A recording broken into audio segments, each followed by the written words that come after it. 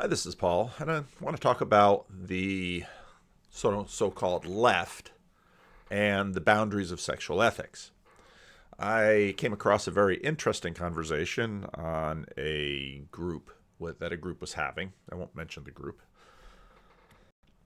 where they were sort of going back and forth over what's going back and forth with respect to the ongoing conversation about Christianity and the sexual revolution. And one person shared his suspicion that people on the left didn't have a boundary. Now, this to me sort of connects up with Jordan Peterson's, well, when does the left go too far? So then the question is, well, when does the sexual ethic for the left go too far? And so another person responding suggested that people on this particular group should ask 5 of their friends who they consider on the left to name the boundary of their sexual ethic beyond that of, let's say, consent or consenting adults. So let's just keep it within that frame and see what they said. So a bunch of people went out and emailed, talked to, touched base with some of their friends on the left with respect to the sexual ethic and asked. And the response they got back was a lot of suspicion and hesitation for people. And I read that and I thought, I think I know why. And so in response to that, I wrote what I wrote here that I'll read here and probably discuss as I go through it. So, besides consenting adults, are there any boundaries for sex for people on the left? Ask your friends. As many noted, that people on the left often balked at the question. There are so many thoughts that here are some thoughts that especially are about the given post about boundaries. The question is, are there boundaries? Or what are the boundaries? Now, most people probably would say, are there boundaries? Well, I suppose so. Well, what are the boundaries? Well, I wouldn't want to speculate. And I think there are real reasons for that go far deeper than just the question of sexual boundaries and sexual ethics. Questions about are there boundaries and how are those boundaries enforced are different from the theoretical questions about should there be boundaries. Again, most people would probably say, should there be boundaries? Yes. Are there boundaries? I don't know. How should the boundaries be enforced? Well, now suddenly people get really nervous. Many will say, hypothetically, there should be boundaries. I can't imagine that no boundaries is a good idea. Probably most people would say, yeah, no boundaries is a bad idea. Okay. Because they don't want to say no boundaries hypothetically are a bad idea. But again, we're talking hypothetical. And this is sort of a function of our age.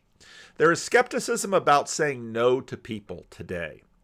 I think part of this because so many traditions have been pushed back or found to be untrue in the eyes of many. There is skepticism about eschatology and the telos of sex, again, because so much has been pushed back and labeled as bigotry. So if you ask people what the point of sex is, I think a lot of people, again, more on the left, now that's a guarded statement that I'm going to use for now, but they will say, well, what's the telos? What's the purpose of sex? Well, and then they'll be hesitant to say that. And again, all of this hesitation is because answers that were assumed not very long ago have sort of been undermined. And many of them have been undermined in a particular way. In a previous video, I made the comment that part of what happened in the American Civil Rights Movement was that so many institutions that were identified with traditional positions were exposed on, let's say, the issue of racism. That shift in the American cultural imaginary is so profound that in many cases people can't even think of the time before the Civil Rights Movement without sort of assuming that everything is tainted. Everything is tainted, and that what the Civil Rights Movement did was this boundary water of purity and good and knowledge that before it, well, everything was tainted except for maybe some of the good guys that we can identify. I think in some ways a similar thing has been happening with respect to the conversation around same-sex marriage. And I think we see this dynamic. And what this dynamic actually produces in our culture is skepticism.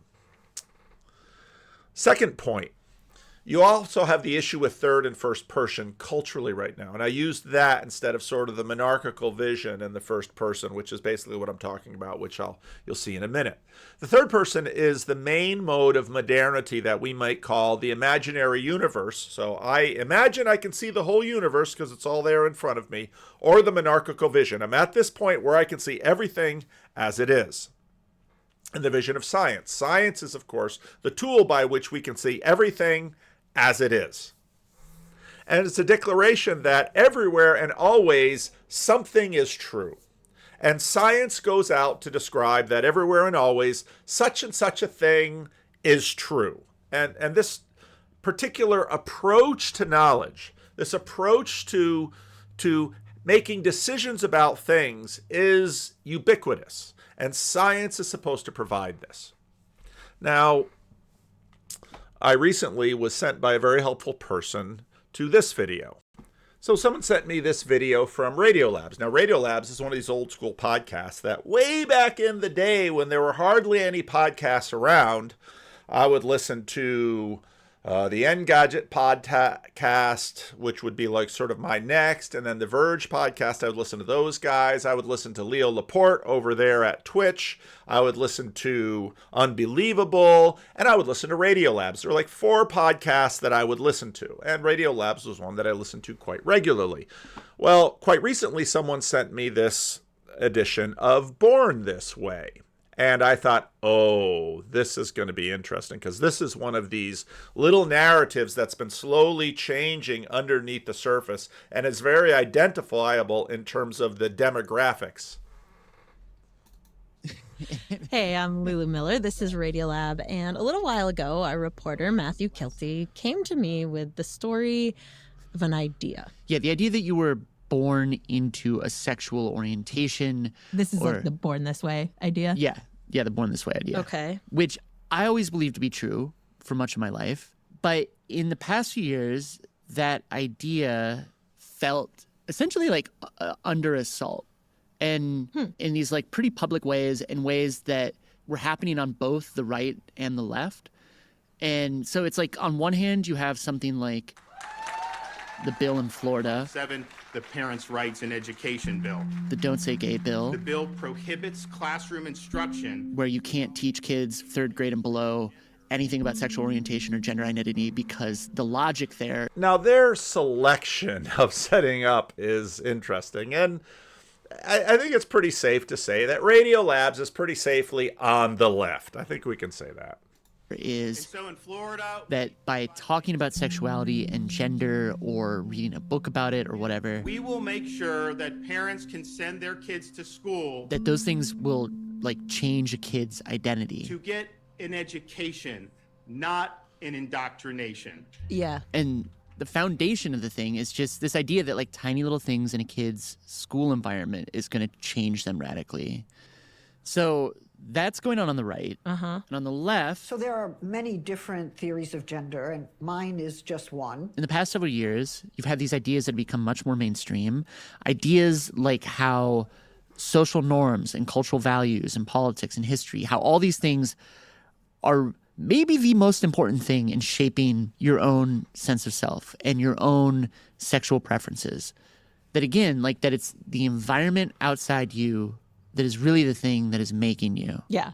I don't know if this matters, but I will just say here that as a queer lady, married to a lady, someone who identifies as bi, and someone who's like read about this stuff and thought about it a fair amount, this is the idea that makes sense to me, that sexuality, that desire, sexuality is shaped by this whole swirl of factors. Like that really makes sense to me. It pretty much lines up with my experience. Right. And I think for me, as a cis straight man, my identity always felt very consistent and I just never really had to think about it. And in part, you know, maybe embarrassingly, like I never had to think about it.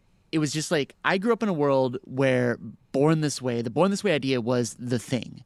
It was the thing that I thought you were supposed to believe if you were a good ally to gay rights. It was the thing that you use as an argument against the idea of conversion therapy, that you can just take a kid and like change their environment and make them into something. And it was the thing that I always just like vaguely understood to be something rooted in science. You had a sense you'd been told, like, this is how it works in the science. Yeah, they're like, the science is at the root of this. And I think I should underline that this is just like the Born This Way idea was a thing that millions and millions of people believed. How do you know that? Like, well, so I went Googling because I was just like, And it's a great podcast. I'll put the link below. Listen to the whole thing. You can also obviously find it on your podcast app, and Radiolabs is a major podcast. And I've loved Radiolabs for years. I haven't listened to it for years, but I've loved it for years. But he sets up the conversation, and he notes how, in many ways, Born That Way is a product of, and he walks through the history of it, and then he sort of gets to the end of it, and,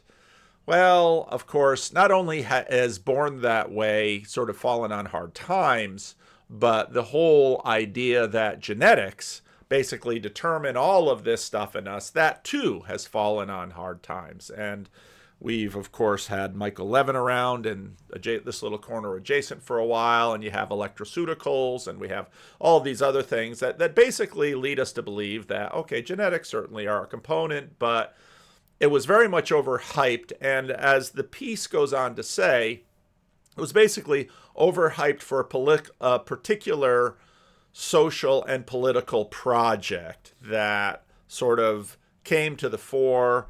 It basically was put in place for the sake of gay rights.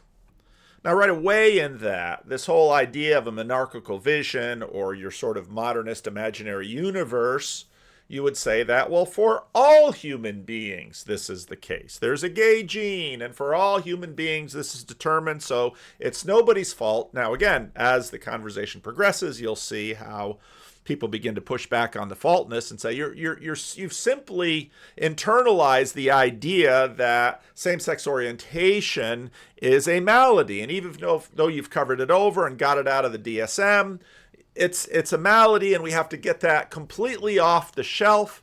And are there norms? Or aren't there norms beyond and beside consenting adults? And in fact, what would consist of a norm? Now, it's very interesting in that same podcast, when he gets to the Obergefell and he reads it, Justice Kennedy used that that same-sex orientation is normal. And this is where you can begin to sort of peck at words and say, well, wait a minute. Which definition of normal do you mean? Do you mean normal sort of like within bounds? Or do you mean like normative? And if you in fact are talking about normative, in what universe of a hierarchy of values is this normative? Normative with respect to what? Are two things equally normative? And so it's an excellent podcast, and I very much do recommend that you listen to it. Now, but part of the monarchical vision, you can watch John Vervaeke's Awakening from the Meaning Crisis and go back to Galileo and a bunch of these things that basically, in the discarded image, as C.S. Lewis called it, the old way of the universe, you basically had all of us living here on the earth, which people always say, that the geocentric, well, the earth wasn't really geocentric because things weren't really so round as much as the earth was at the bottom of a stack. And you had like the seven heavens. And of course, there's basically a line that starts with the moon, and below that is Earth. And above the moon and beyond is the rest of the cosmos. And you have the ether up there, and you have heavenly bodies and blah, blah, blah. And so when Satan gets thrown down to Earth, he goes down into the earth, and they just one step below Hades, hell, which will be even below that. So it's the old view of the universe. Now, of course, one of the big fights that happens in the early modern period is, does the physics that govern this world down here also govern that world below? And so basically what happens in the scientific revolution, with all of this discussion about what are the shape of the of the planets and how do they go around and what governs them. Well, now suddenly you have Newtonian mechanics and you have the idea that the same rules of physics apply above and below. And in that way, in many cases, heaven is sort of dispelled. And up goes just into outer space. I talked about that a little bit on my sermon last Sunday, but that's a major shift in terms of sort of the perspective of the world. And C.S. Lewis wrestles with that in The Discarded Image, and many smart people who paid attention to these transitions have noticed it. And these transitions have had a subtle influence on a whole bunch of things.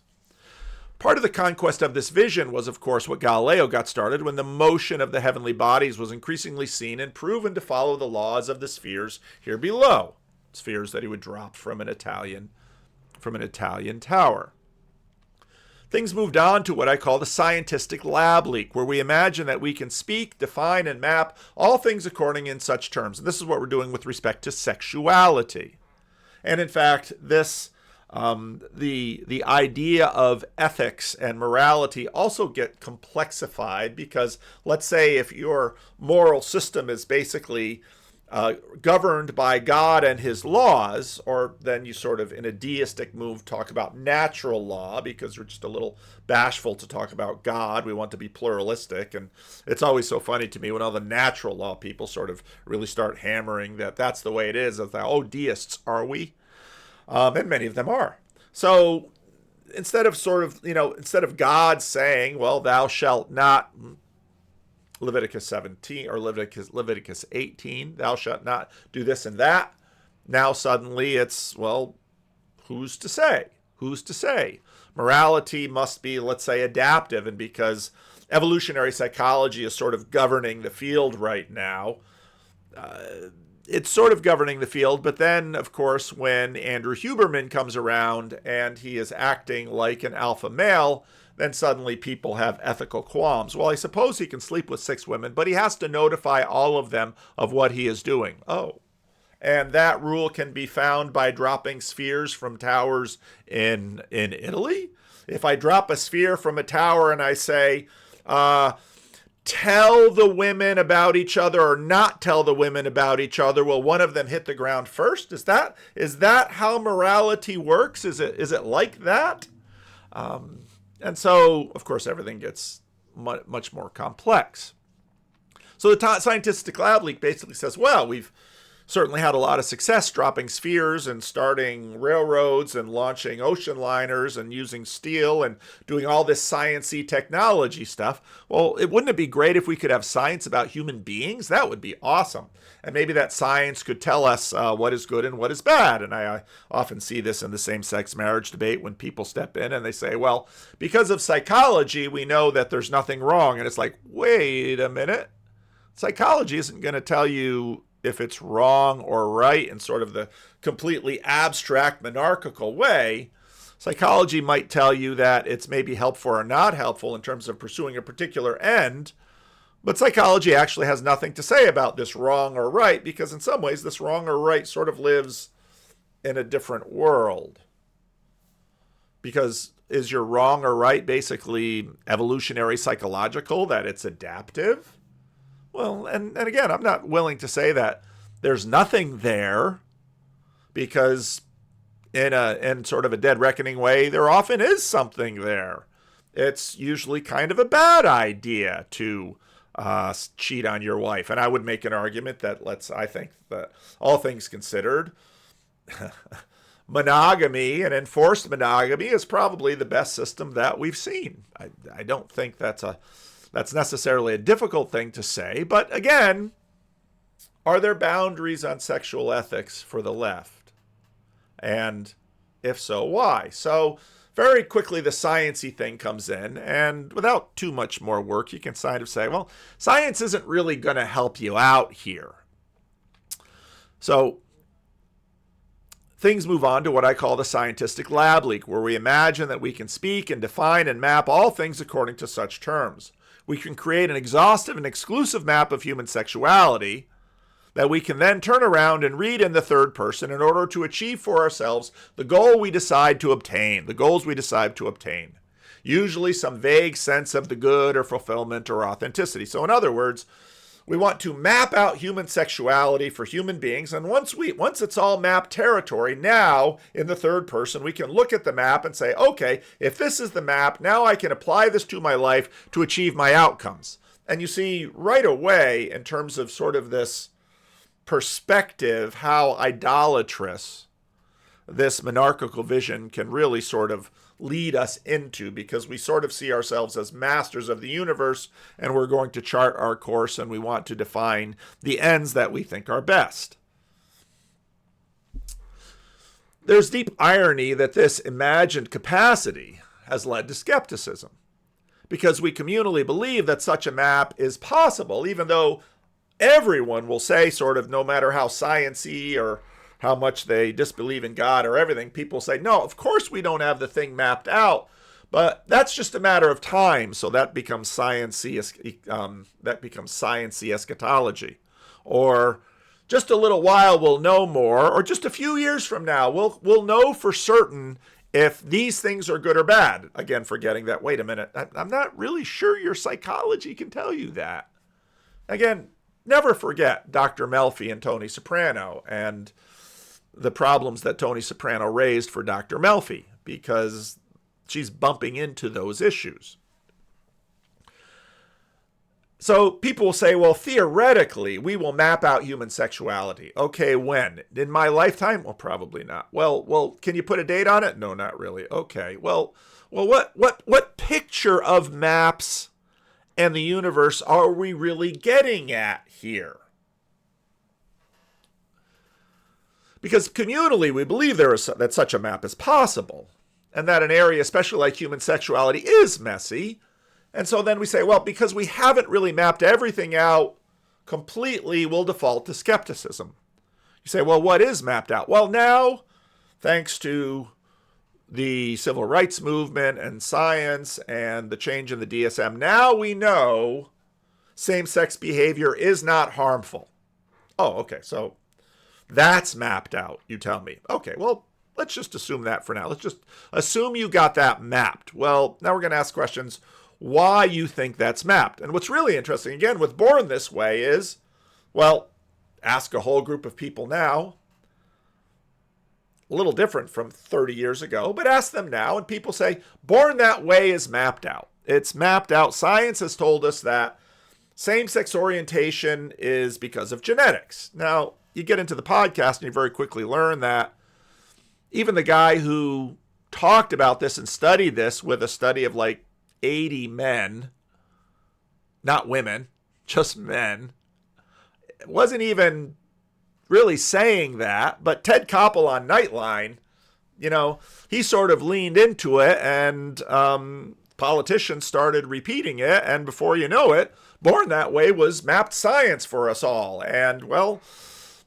some people are born gay, some people are born straight. It's because of their genetics. And so just like we wouldn't have a problem with left-handedness, even though I really don't think we've mapped out right and left-handedness either. Or just like eye color, well, we got a little better genetic grasp on eye color, I think. I don't know. Someone will correct me in the comments, because a lot of smart people. So, but anyway, mapped good enough. And that's where sort of the science-y mapping gets a little funny too. So these maps also tend to be godless, at least in a deistic manner, and the narrative of Genesis 3 is sort of built into them. We imagine that we can map fulfillment. We can say, okay, here's the map of human sexuality. I'm going to chart my course and make my decisions about who I sleep with and who I don't sleep with, and who I decide to like, who I don't decide to like, as if our genetics also govern that fat chance. Or that I have access to all of this genetics. That's always a perpetual problem with sort of this science map. It's always a super theoretical map, because we might say, well, I think that's your genetics that's doing that. But have you actually deconstructed the person's genome? No, but based on what we know from in other words, your real argument for the power of science is that, well, we know all of this. But when it comes down to any given circumstance, what you're probably dealing with are probabilities, not certainty. Well, we're pretty sure of this. And of course, On the news, everyone sounds so certain and sciencey, and we all know this stuff. But when you get to your doctor's office and you say, "Doctor, I don't feel well," and the doctor can't just look at you and say, "This, let's correct these," and off we go. Well, every now and then that works, like with some fairly simple stuff. Let's say like a broken arm, that's a fairly clean break. But if you're going into the hospital with an infection or some strange idea of fatigue, or especially if you say you have long COVID or a vaccine injury or Lyme disease or something like this, suddenly everything's out there in the wilderness, and the doctors have to sort of admit, yeah, maybe not. We're doing the best we can with what we got. Oh, so this map really isn't serving the way everyone says it's supposed to serve. It's not that it isn't useful, but it's a little overhyped. So we imagine that we can map a fulfillment course with this map, theoretically, and that if there is any God at all, that God draws a do not cross line on fulfillment. It's sort of like the snake in the garden. You can eat from any tree except that tree. Of course, the serpent comes around and says, well, what about that tree? What about that tree? Well, it looks good. Did God really say,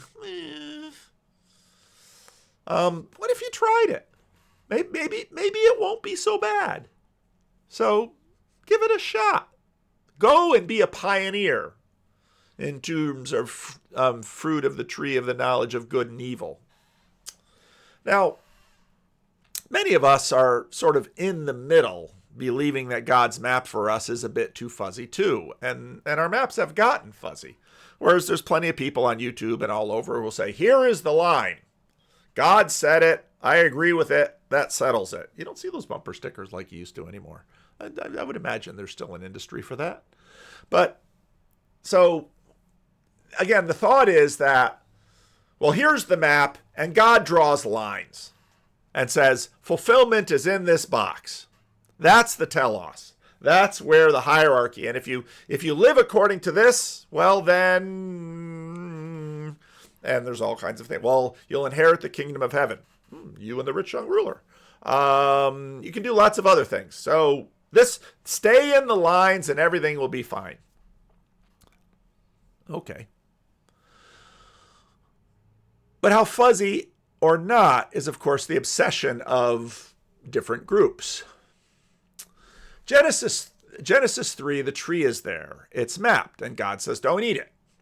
Now, human sexuality, there are pleasures on the map that can be gained, but the God of the Bible, and C.S. Lewis and Mere Christianity, by the way, says heterosexual sex acts are for marriage only. Does that mean sex outside of marriage isn't fun? No, it's quite fun, I'm sure. Many people have tried, and many people have testified. Sex outside marriage, lots of fun. Is it a good idea? Well, then suddenly things get complicated, and even the mappings get really complicated. What do you mean by good idea? Good idea for who? Good idea when? Where? How? Why? So according to this box by God and C.S. Lewis, I mean, everything else is ruled out. Now, there are plenty of ways of dealing with this, involving redefining a bunch of things. Well, is it common law marriage? Is it? So you can go on and on. And often what people do is sort of use things like health and harm. These two H words will come up very regularly in the conversation. And they're intended to predict mappings without going into details that are used to circumvent. So, well, if we find an area of sexual activity that's not within the box, and it doesn't prove to be harmful, well then, maybe we should remap. Maybe we read God wrong. Maybe, because, you look at the sex lives of the patriarchs, there's a lot of people in the Bible who are by no means staying within those boundaries, and it doesn't necessarily look like it's always bad, ever. I mean, just look at all of the tribes of Israel that are the products of concubines and slavery, okay? Right there it is. Jacob has 2 wives, they're sisters, that's outside the bounds, and 2 concubines, they're slaves. Maybe that's not outside the bounds in the Bible, but it's outside the bounds for us. So already there's a lot of complexity. Now, not too long ago, I made a video on the Andrew Huberman dust-up, and as is usually the case, other people said a lot smarter things than I did. Ross Douthat of the New York Times writes a piece, March 27, 2024, The Quest for a New Vision of Sexual Morality.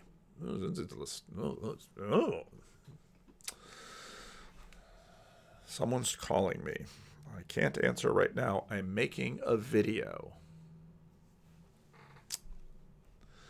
The death of Hugh Hefner and the dawn of the Me Too era coincided with the autumn of 2017, seemed to mark a turning point in the history of social liberalism in America.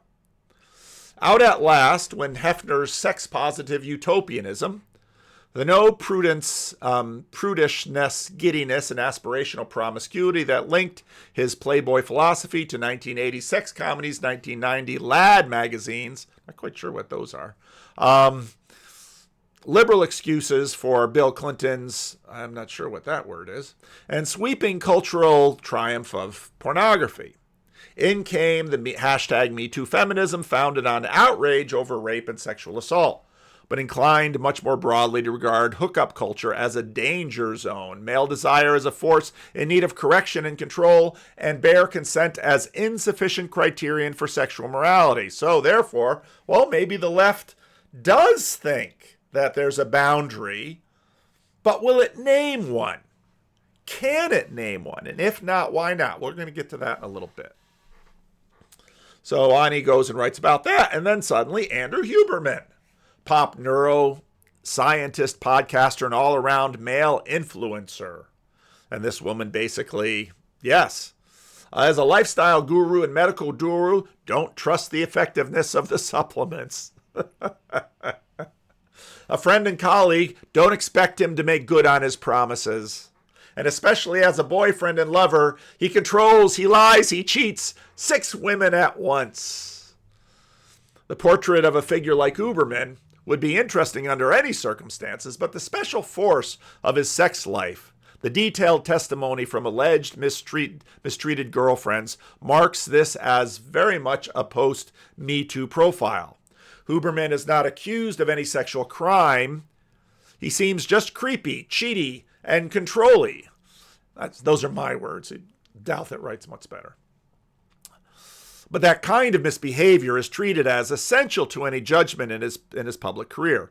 Whatever the new rules of sex might be, it's clear that we're supposed to judge the cad's lifestyle as regressive, deplorable, and wicked.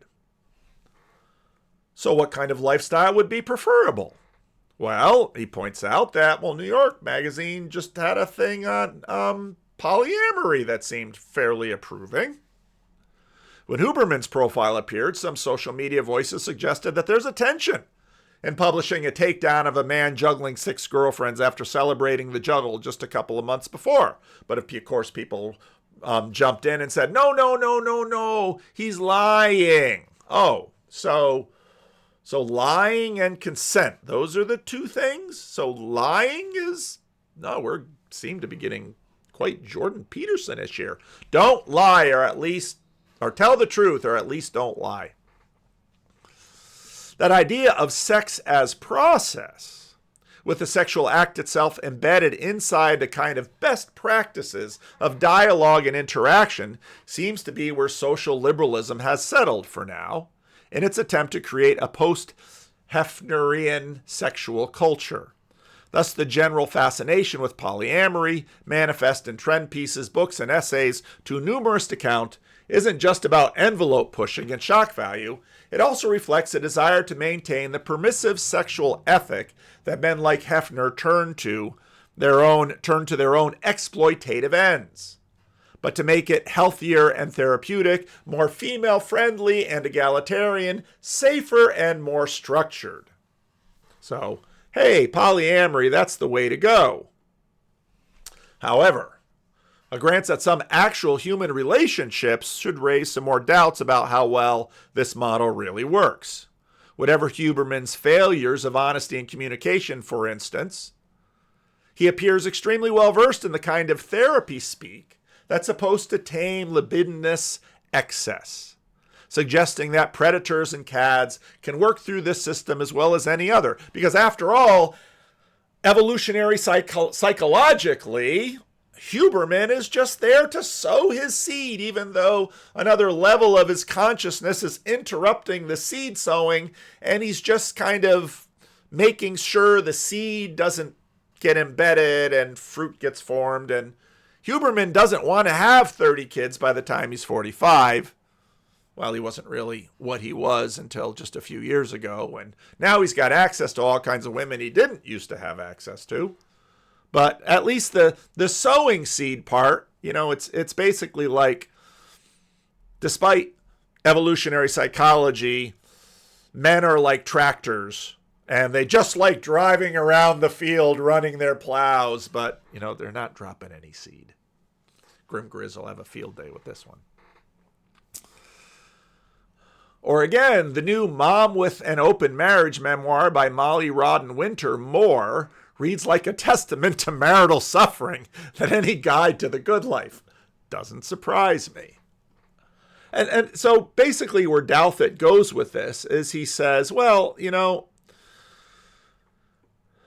then of course the transgender thing will have to come into play. The social liberalism cannot simply promise what it's been trying to offer since the Me Too shift, an absolute form of individual freedom wrapped in a protective carapace, there's a nice word, of expert management and therapeutic processes. And that's in fact here's the map. Well, okay, so we don't have the whole map now, but what we know that is if you sort of read the right liberated people and go to the right therapist and watch the right movies, you can sort of weave your way through the world and achieve, but again, we've never really even dealt with the telos. At least you can look back over the fields that you've sown without seed, or the men who you've allowed to sow you, or any combination in between, and say, yeah, I did pretty good. No. Come on. We're maxers. We want to do better than pretty good. We want to look back over our fields and say, I had the best sowing, non-sowing possible. So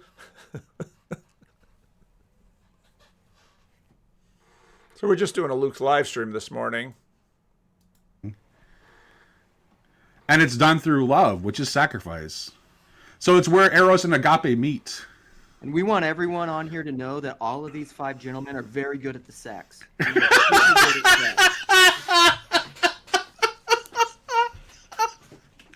Let's make that clear. And Phoebus, if you say anything about this, I will find you. Oh my goodness. I'm still laughing. Luke's timing was perfect. Let's get back on track. What she was attacking in the name of a more radical liberation is the way that youth transitioning has been presented to the public across the last decade, as a matter of certain settled science, as a therapeutic best practice backed up by careful study and trustworthy expertise, in which the fraught, life-altering desire of a teenager can be granted so long as the right safeguards are in place. Thus runs in parallel telling to the way that polyamory is often presented as the safe kind of liberation, the therapist-approved form of promiscuity, with potential risks and regrets more limited than they would be if the individual libido were simply given rein. The problem with this presentation in the case of transgender issues is that the institutions of liberal expertise in Western Europe especially are increasingly doubtful about the scientific therapeutic structure in which the transitioning is taking place. The science isn't actually settled. The safeguards aren't necessarily effective. The decision to stop puberty or proceed with surgical modification carries all kinds of unsurprising risks. In other words, what that means is, well, eschatologically, we assume by virtue of the faith that we have in our certain religion that we don't accept as it being a religion, says that, well, someday we'll know, and so today we'll go on the best map contours we have possible. But of course, when you see something as radical as Born That Way going away, suddenly all the sciencey stuff starts getting a little mushy. And then people will tend to look, in terms of practicality, at, well, all of these studies, and the studies proliferate. And again and again and again, if you just listen to podcast studies, as if it's the Word of God, the Word of God, the Word of God, the Word of God, the Word of God. Well, yeah, religion is at work here. And so Born That Way, mostly male studies, and then suddenly female studies come along, and genetic science continues to develop, and all of these epigenetics and the electrical life of the cells and all of these things come around, and suddenly, well, it's skepticism again, and our maps just suddenly got a whole lot blurrier. And then what makes perfectly reasonable sense is that people who don't have endless numbers of hours to actually do research in any one particular thing, because their life touches endless amounts of non-siloed wisdom and guidance that you need just to make your one individual life work. One thing you do in terms of say getting a quick fix on, well, where should I go and what should I, well, maybe let's look to the past. And suddenly tradition and religion are back on the menu, because nobody's done all the science for everything and all the decisions I have to make in any individual day of my life. Therefore, maybe I'll trust the religion and the tradition more than I'll trust the science, because COVID gave us all a lesson in trusting the science. In which case, social liberalism cannot simply promise what it's trying to offer since this #MeToo shift, an absolute form of individual freedom wrapped in a protective carapace of expert management and therapeutic process. You can have a culture of hard moral constraint, a conservative order that imposes norms that initially limits human freedom, remain faithful to your chosen spouse, live in your own given body, or you can have the kind of freedom maximizing culture which removes limits and strictures but creates new regrets, new kinds of suffering, new dangers for the vulnerable and weak. What you probably can't have is the world where Judith Butler links hands with the American Medical Association and a stable regime of permissive safety, or where ethical polyamory transforms the impulse to cheat on your spouse into a pro-social act, or at least that world remains an undiscovered country, fervently theorized, but so far out of reach. And that's the point, the undiscovered country. We don't know the limits of the healthy or harmless sexuality, so we implicitly encourage people to go out and find them. And after you go out and find them, tell us about it. But as Jordan Peterson often notes, you don't really know truth until you actually discover an unhappy truth, or something that seems that cannot be bent to your will. So most of actually the truthiness that comes out from the sexual frontier is misery. That seems to be the things we bump into. As Douthit notes on the polyspace, much misery ensues. Thanks for being a sexual mountain woman. We don't really want sexual mountain men, because we know what men like and do. So we want sexual mountain women. Thanks for being a sexual mountain woman. Sorry it didn't work out. Did you ever play Oregon Trail? You know how these things go. Maybe you can contribute to the frontier map so that others don't cross those lines. Or maybe it just wasn't authentic to you. More mapping needed. Authentic. Keep that in mind. We'll get back to that. People very cautious of tradition will think I'm playing a game. That's implicit. Okay. But then there's the question, how are norms enforced? So in other words, we're encouraging, hopefully, people we don't really care about. They're just people out there on the internet. They're people that have written a book, and I'm sure they're getting at least some money for their book. And, they tell the sad story about them and their spouse deciding that poly was a good idea until it wasn't, and then misery ensued. So the U.S. government has been trying to get out of the game of policing sexuality between consenting adults for a long time. It's a thankless job in our particular culture, mostly. So in this libertarian era, it's mostly left to social shaming. Step in Andrew Huberman. Well, he didn't break any laws, but we're going to put him on a magazine and try to shame him into compliance, or at least warn all women. And it's like, do you know how silly that is? Do you absolutely know how silly that is? Post your piece in New York Mag. Andrew Huberman will have zero problems finding women to sleep with him. And how do I know this? You can watch home math, you can watch dozens of channels on YouTube that basically say he's high status, he's wealthy, he's physically attractive, he's fit, he's very articulate, he knows all of the therapy speaks. That man can get laid anytime he wants. And actually, the worst thing in a lot of people's minds, the worst thing for him would be a committed relationship. However, I've known a number of men who have, in fact, maybe not been so high status, maybe not been so jacked, maybe not been so well versed in the art of therapy speaking, who basically can already get plenty of sex on their own. And then they live that way for years or decades. And then they look at other people, perhaps chafing under the burden of monogamy, but with children and functional families and all of those things, and say, yeah, I can understand how, the grass seems greener on the other side, but I would trade what I have for what you have in a heartbeat. Because I would love to have children around me and have those children grow up and love me and to have an intact family and to not drive an emotional truck through my child's worldview called divorce. I'd love to do that. Oh, that's funny. Huberman faces no jail time, but he must be publicly labeled a cad, not a chad. Douthit treats it well. We do prefer mountain women explorers rather than mountain men because, well, we're not quite sure. We don't trust men. Men have a back track record. We want women to be voracious as men. But because they're not strong or jacked like 40-something Andrew, they're a little less rapey. Okay, so they're safer explorers and pioneers. Now, if we ask if Huberman has violated the boundaries of the left, we'll be hesitant to say, well, yeah. And I think Douthit sort of nails it. Well, we sort of have a rough draft of, maybe polyamory-ish. Just don't lie to people. Oh, okay, so we're back in Jordan Peterson land. The next reason people on the left will balk at this question is because right now the big shakeup is between the third and the first person. The recession of modernity. I say it in all kinds of different ways.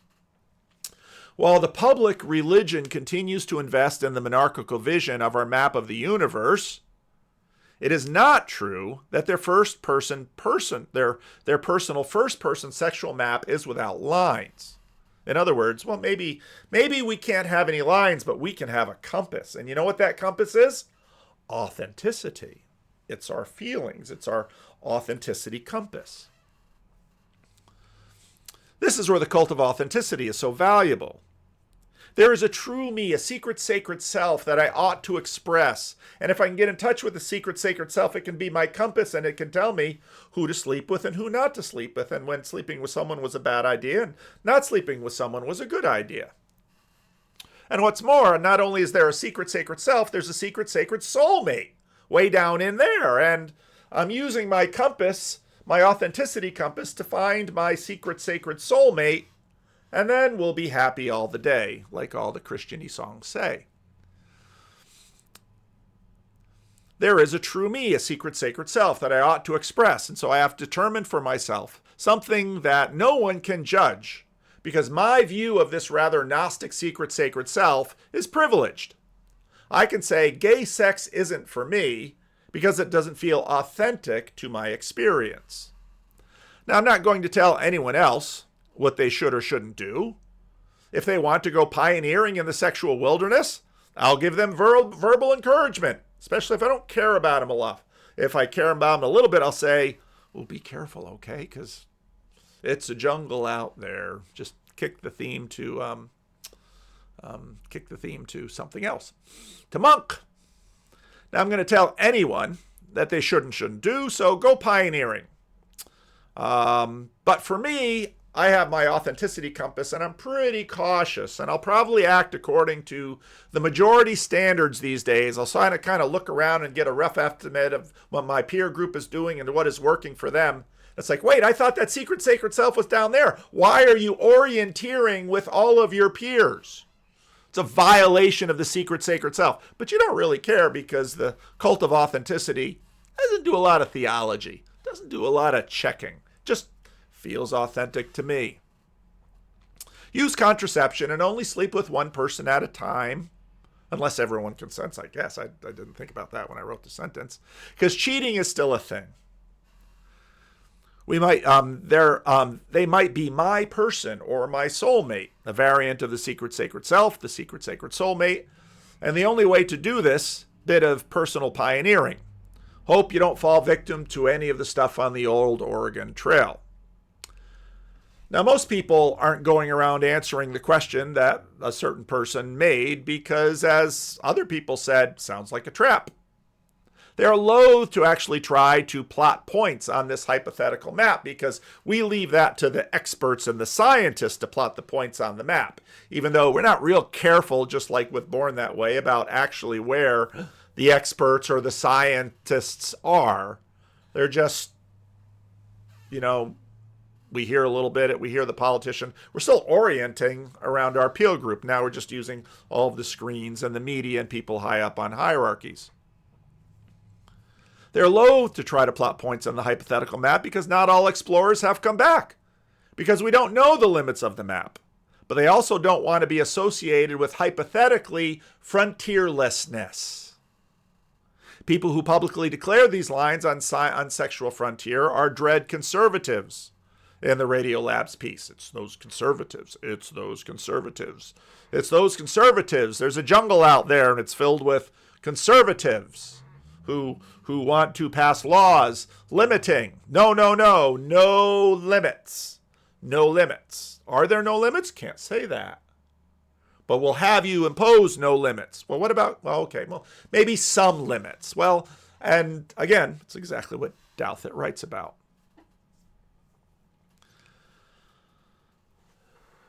Here I out the group.